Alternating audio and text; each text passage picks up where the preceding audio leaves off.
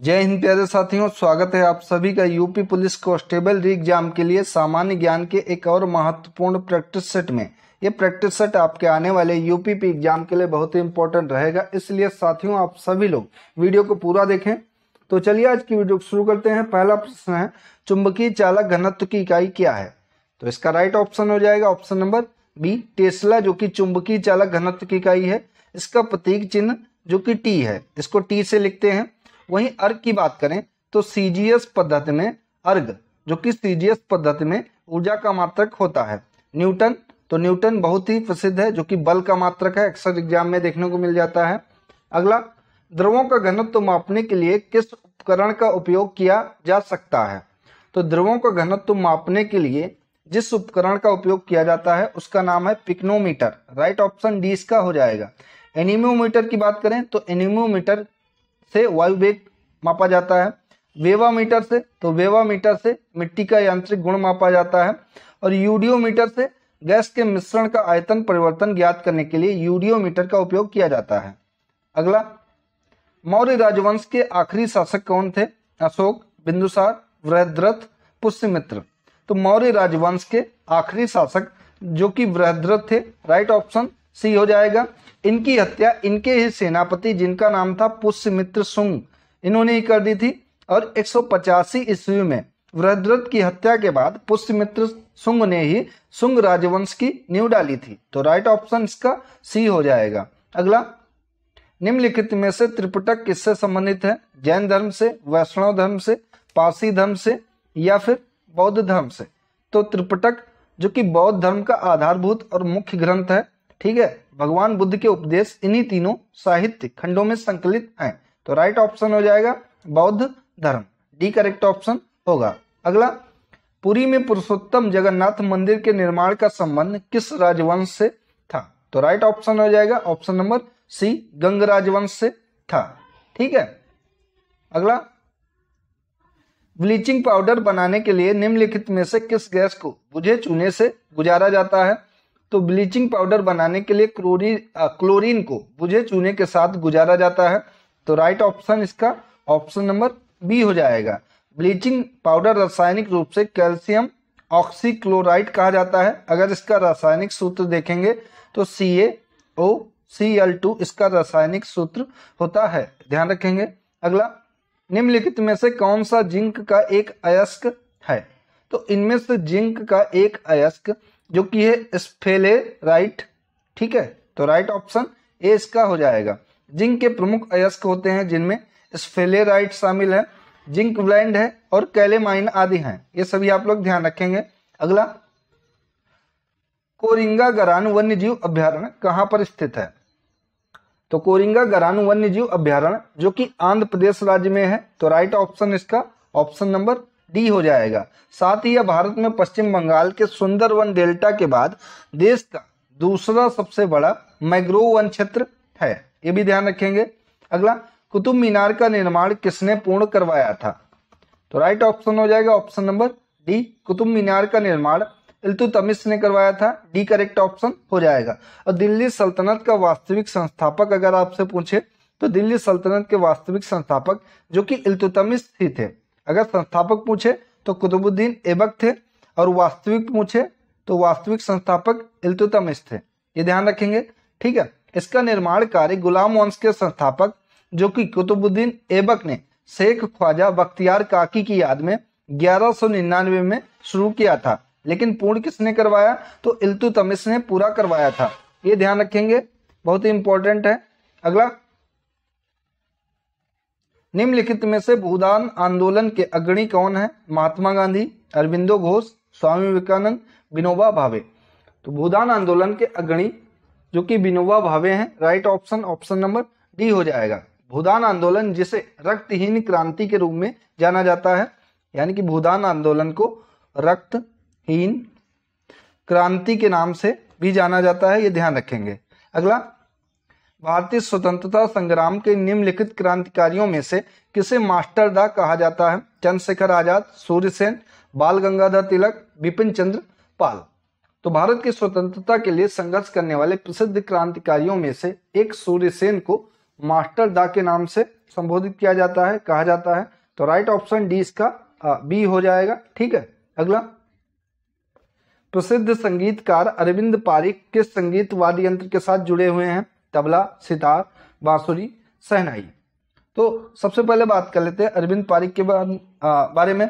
तो इनका जन्म जो कि 19 अक्टूबर 1927 को अहमदाबाद गुजरात में हुआ था।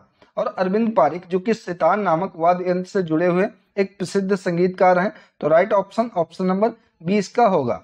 अगला, निम्नलिखित विकल्पों में से पुनरुत्पादक बीज उत्पादक पौधे का क्या नाम है? गेंदा, बेडमोल्ड, आलू, अदरक। तो राइट ऑप्शन है आलू, सी करेक्ट ऑप्शन हो जाएगा। अगला, मनुष्य की आंख का रंग आंख में स्थित रंग द्रव्य पर निर्भर करता है? आइरिस, कार्निया, फेस या लेंस। तो मनुष्य की आंख का रंग जो कि आंख के आइरिस में स्थित रंग द्रव्य पर निर्भर करता है। तो राइट ऑप्शन हो जाएगा इसका ऑप्शन नंबर ए। आइरिस एक अपारदर्शी झिल्ली का पर्दा होता है। अगला, जीवित प्राणियों में निषेचन के दौरान नर और मादा गैमेट का संलयन एक कोशिका बनाने के लिए होता है, जिसे क्या कहा जाता है? युग्मनज, भ्रूण, डिंब या फिर शुक्राणु।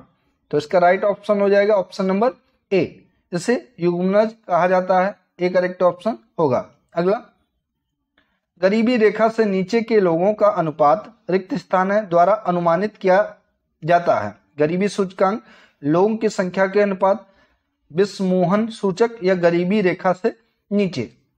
तो इसका राइट ऑप्शन हो जाएगा ऑप्शन नंबर बी। ठीक है, लोगों की संख्या के अनुपात से गरीबी रेखा से नीचे के लोगों का अनुपात अनुमानित किया जाता है। ठीक है, इसका फॉर्मूला होता है जो कि संख्या आधारित गुणांक होता है। उसके बाद बराबर देश में निर्धनों की कुल संख्या, यानी कि जो निर्धन है देश में निर्धनों की संख्या अपॉन देश की कुल जनसंख्या जो होती है गुणे 100, ये किया जाता है। ये इसका फार्मूला होता है। देश में जो भी गरीब हैं उनकी संख्या डिवाइडेड बाई देश में कुल जनसंख्या इंटू 100, इससे संख्या आधारित गुणांक ज्ञात किया जाता है। ये फार्मूला है। अगला, कॉफी का मूल स्थान निम्नलिखित में से कौन सा देश है? Ethiopia, Brazil, Cuba, Indonesia. तो कॉफी कहवा एक जो कि पेय पदार्थ होता है और इसका मूल स्थान जो कि इथियोपिया है। राइट ऑप्शन ए इसका हो जाएगा। ठीक है, और ब्राजील जो कि विश्व का सबसे बड़ा कॉफी का उत्पादक या कहवा का उत्पादक देश है। कौन सा है? तो ब्राजील है। ये भी पॉइंट आप लोग ध्यान रखेंगे। अगला, नीली क्रांति का संबंध किससे है? कृषि से, मत्स्य पालन से, दूध से या फिर ऊन से। तो नीली क्रांति का संबंध जो कि मछली उत्पादन से है, यानी कि मत्स्य पालन से है। राइट ऑप्शन बी हो जाएगा। हरित क्रांति जिसका संबंध कृषि से है, हरित क्रांति का। ठीक है, और दूध का, तो दूध का जो कि श्वेत क्रांति है या सफेद क्रांति कह सकते हैं। ऊन का किससे है? तो ऊन के लिए कोई नहीं है। ठीक है, लेकिन आप लोग ध्यान रखेंगे अंडा उत्पादन के लिए कौन सी क्रांति है? तो अंडा उत्पादन के लिए रजत क्रांति है। ठीक है, और गुलाबी क्रांति किससे संबंधित है? तो गुलाबी क्रांति जो कि झींगा उत्पादन के लिए है। झींगा उत्पादन के लिए गुलाबी क्रांति है। तो राइट ऑप्शन होगा ऑप्शन नंबर बी। नीली क्रांति का संबंध मछली पालन से है। विश्व की सबसे गहरी झील कौन सी है? बैकाल झील, लोमांड झील, बूंदे झील या मोरार झील। तो विश्व की सबसे गहरी झील जो कि बैकाल झील है। Right option option number A हो जाएगा। ये रूस के साइबेरिया में स्थित है। ठीक है, और इसकी गहराई जो कि 1644 मीटर है। और इस झील को यूनेस्को ने विश्व की अनूठी प्राकृतिक विरासत की सूची में भी शामिल किया है, बैकाल झील। ये ध्यान रखेंगे। अगला, किस महाद्वीप में कोई ठंडा मौसम नहीं है? अफ्रीका में, दक्षिण अफ्रीका में, ऑस्ट्रेलिया में या फिर एशिया में। तो अफ्रीका महाद्वीप में कोई भी ठंडा मौसम नहीं है। अफ्रीका जो कि एशिया के बाद विश्व का दूसरा सबसे बड़ा महाद्वीप है। तो राइट ऑप्शन हो जाएगा ऑप्शन नंबर ए। भूमध्य रेखा अफ्रीका महाद्वीप के लगभग बीचों बीच से होकर गुजरती है, इसीलिए यहाँ पर कोई भी ठंडा मौसम नहीं है। जैसे कि भारत में शीत ऋतु होती है, लेकिन अफ्रीका महाद्वीप में कोई भी ठंडी ऋतु या मौसम नहीं है। अगला, निम्नलिखित भारतीय राज्यों में से कहां से कर्क रेखा नहीं गुजरती है? तो कर्क रेखा जो कि भारत के 8 राज्यों से होकर गुजरती है, जिनमें राज्य हैं गुजरात शामिल है, गुजरात है, राजस्थान है, मध्य प्रदेश है, छत्तीसगढ़ है, पश्चिम बंगाल है, झारखंड है, त्रिपुरा है और मिजोरम है। ये 8 राज्यों से जो कि कर्क रेखा गुजरती है। राजस्थान है, त्रिपुरा है, मिजोरम है, लेकिन उत्तर प्रदेश नहीं है। ठीक है, उत्तर प्रदेश से कौन सी रेखा गुजरती है? तो 82.5 डिग्री, ठीक है, ये रेखा गुजरती है जो कि उत्तर प्रदेश प्रयागराज नैनी से होकर गुजरती है। ठीक है, जिसे ग्रीनविच रेखा भी कहा जाता है। अगला, टिहरी बांध कहाँ पर स्थित है? भगीरथी नदी पर, गंगा नदी पर, रामगंगा नदी पर, गोमती नदी पर। तो टिहरी बांध परियोजना भारत की नदी घाटी परियोजनाओं में से एक है। ठीक है, और इस परियोजना के अंतर्गत उत्तराखंड राज्य के टिहरी जिले में भगीरथी नदी पर टिहरी बांध का निर्माण किया गया है। तो भगीरथी नदी पर है और कहाँ है? तो यूके यानी कि उत्तराखंड में है। राइट ऑप्शन ए इसका होगा। अगला प्रश्न, अंतरराष्ट्रीय न्यायालय किस देश में स्थित है? तो अंतरराष्ट्रीय न्यायालय का मुख्यालय जो कि दी हेग में है, ये कहाँ पर है आप लोगों को बताना है। तो राइट ऑप्शन हो जाएगा नीदरलैंड में दी हेग है, यही अंतरराष्ट्रीय न्यायालय का मुख्यालय स्थित है। राइट ऑप्शन ए इसका हो जाएगा। अगला, रियाल किसकी मुद्रा है? तो रियाल जो कि सऊदी अरब की मुद्रा है। ऑप्शन नंबर इसका ए हो जाएगा। रियाल जो कि 3 अन्य देशों की भी मुद्रा है, जिनमें ईरान, कतर, यमन शामिल है। ईरान है, कतर है और यमन, ये 3 देश जिनकी मुद्रा रियाल है। राइट ऑप्शन ए होगा। अगला, हिंदी दिवस किस दिन मनाया जाता है? 11 जून, 28 सितंबर, 14 सितंबर या फिर 10 अक्टूबर। तो हिंदी दिवस जो कि 14 सितंबर को प्रतिवर्ष मनाया जाता है। राइट ऑप्शन सी हो जाएगा। 14 सितंबर 1949 को संविधान सभा के द्वारा हिंदी को राजभाषा एवं लिपि देवनागरी स्वीकृत किया गया था, इसीलिए हिंदी दिवस 14 सितंबर को मनाया जाता है। सी करेक्ट ऑप्शन होगा। अगला, डिस्कवरी ऑफ इंडिया का लेखक कौन है? जयप्रकाश नारायण, जवाहरलाल नेहरू, मौलाना अबुल कलाम आजाद या इंदिरा गांधी। तो डिस्कवरी ऑफ इंडिया के लेखक जो कि पंडित जवाहरलाल नेहरू हैं। राइट ऑप्शन ऑप्शन नंबर 20 का हो जाएगा। अगला, राज्य और केंद्र शासित प्रदेश की सूची भारत के संविधान की अनुसूची में उल्लिखित है। कौन से भारत के संविधान में यह अनुसूची है? तो राज्य और केंद्र शासित प्रदेशों की सूची जो कि भारत के संविधान की पहली अनुसूची में है। Right option option number D का हो जाएगा। वर्तमान में कितनी अनुसूचियां हैं भारतीय संविधान में? तो 12 अनुसूचियां हैं। और मूल संविधान में कितनी अनुसूची थी? तो मूल संविधान में 8 अनुसूची थी। ये भी पॉइंट ध्यान रखेंगे। अगला है, भारतीय संविधान की उद्देशिका में अब तक कितनी बार संशोधन किया गया है?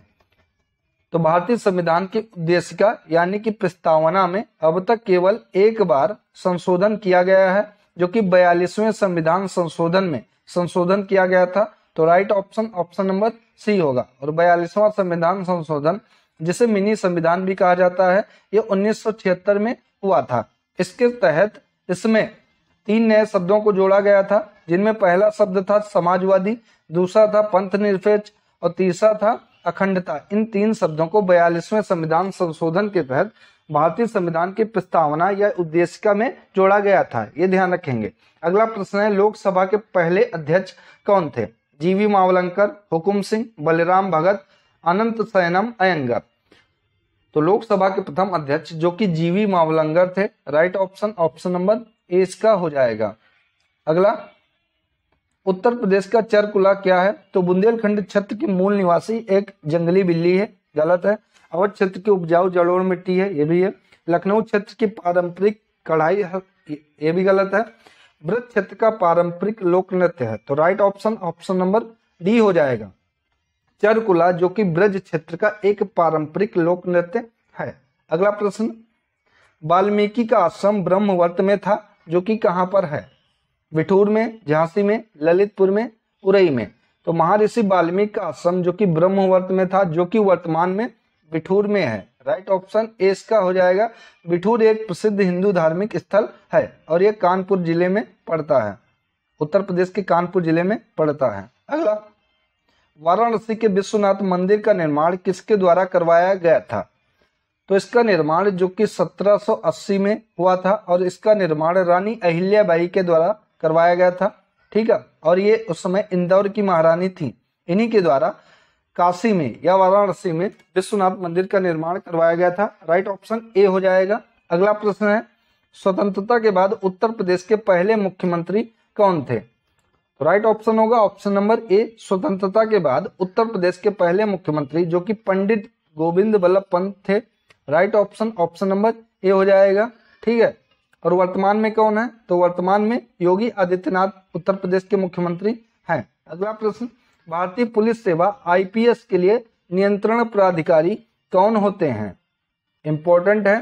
तो भारतीय पुलिस सेवा यानी कि आईपीएस के लिए नियंत्रण प्राधिकारी गृह मंत्रालय है। तो राइट ऑप्शन हो जाएगा ऑप्शन नंबर ए। और भारतीय प्रशासनिक सेवा यानी कि आईएएस के अधिकारी कार्मिक मंत्रालय जो कि है डीओपीटी। ठीक है, तो right option option number A होगा, गृह मंत्रालय। अगला प्रश्न, निम्नलिखित में से कौन सा उत्तर प्रदेश का सबसे पुराना विश्वविद्यालय है?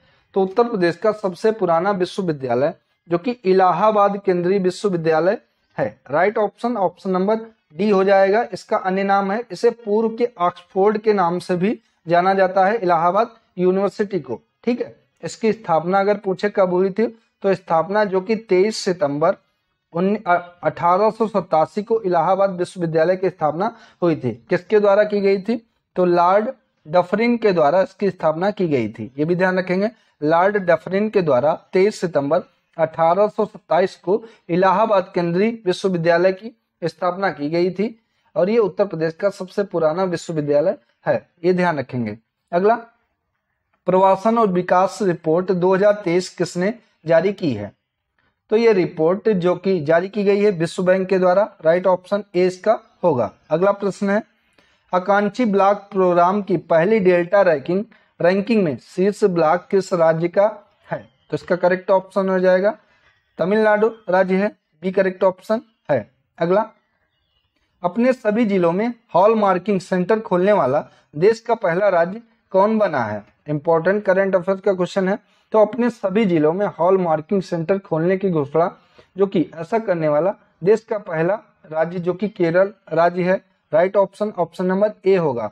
तो साथियों, ये थी आज की महत्वपूर्ण वीडियो जिसके अंतर्गत यूपी पुलिस कांस्टेबल एग्जाम के लिए जीके जीएस का महत्वपूर्ण प्रैक्टिस सेट कराया गया। साथियों, वीडियो अगर आप सभी को अच्छी लगी हो तो वीडियो को लाइक करें, शेयर करें और चैनल को सब्सक्राइब करें। धन्यवाद दोस्तों।